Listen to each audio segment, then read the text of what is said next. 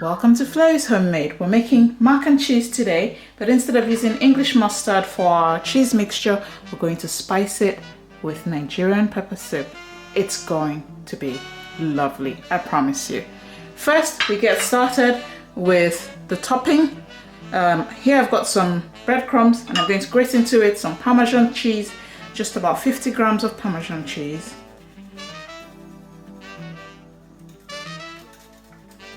The whole slab was about 100 grams and I'm just going to grate in half of it.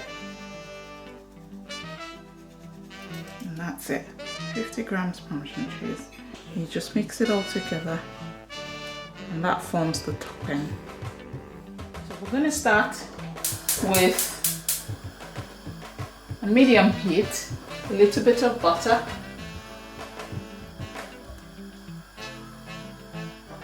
and then we're going to grate in a tiny amount of garlic, just a little bit of garlic. As the butter melts, the garlic will cook just a little bit, only a minute of cooking this garlic and letting the butter brown a bit. So give it a bit of a stir. So that was 3 tablespoons of butter and 1 small garlic clove. And as the butter is starting to brown a little bit, we're going to go in with, we're going to add some stock powder and then the star of the show, pepper soup spice. Only a tablespoon, not a big amount here, just a little bit, just to give it the flavor, but not be so hot that you can't enjoy your mac and cheese. Right, give it a quick stir, don't let it burn. Add the flour straight away. So this is all-purpose flour, whisk, whisk, whisk. You've got to work fast at this point. You want the flour to cook, but you don't want the spices to burn, you don't want the garlic to burn.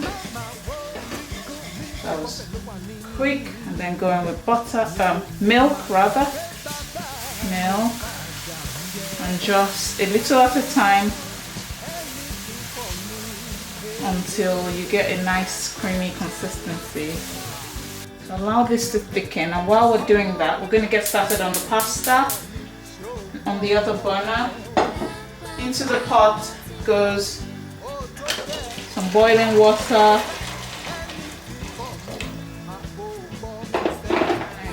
and your white sauce. Mix it, mix it, mix it. Once it's nice and smooth, add the rest of the milk. Turn the heat down to low and just let it, remember, keep an eye on it, keep whisking. The water's come to a boil, in goes the pasta. You can use elbow pasta, but I'm using spirali pasta, about 350 grams of that. And we're just going to boil for 6 minutes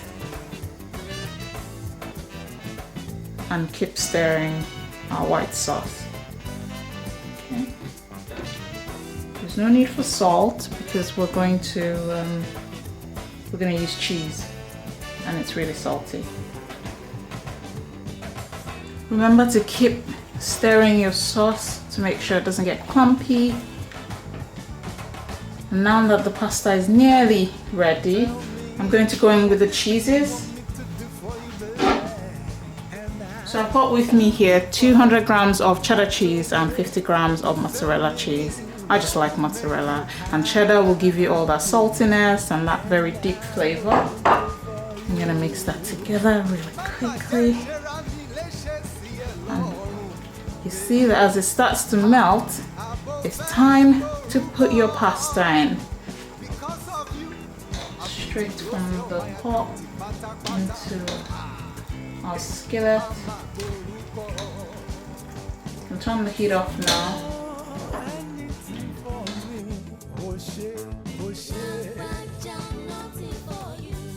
While your pasta is cooking away, you want to preheat your oven to about 180 degrees C.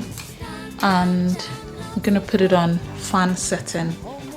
Let's get back to our sauce. Give it a good mix, and at this point I'm going to add a special ingredient. To me it's special, I like it very much. It's sun-dried tomatoes, and this is not compulsory. It's going to taste great whether or not you add sun-dried tomatoes, but I'm going to add them. And for me, they give it color, they give it a bit of depth. And I'll just mix that together, and that's ready to go into the oven. Well, almost ready.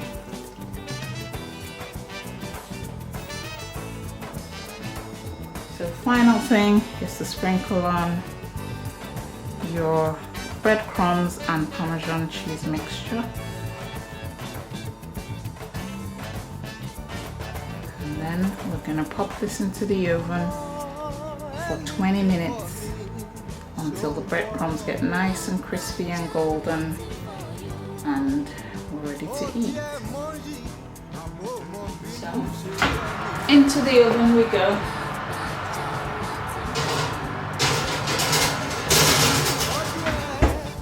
Now the reason my pot can go into the oven is because it's a cast iron skillet and it's designed to go from stovetop to the oven. So don't try that with a regular pot, please. And all that is left to do is carve up the crispy goodness into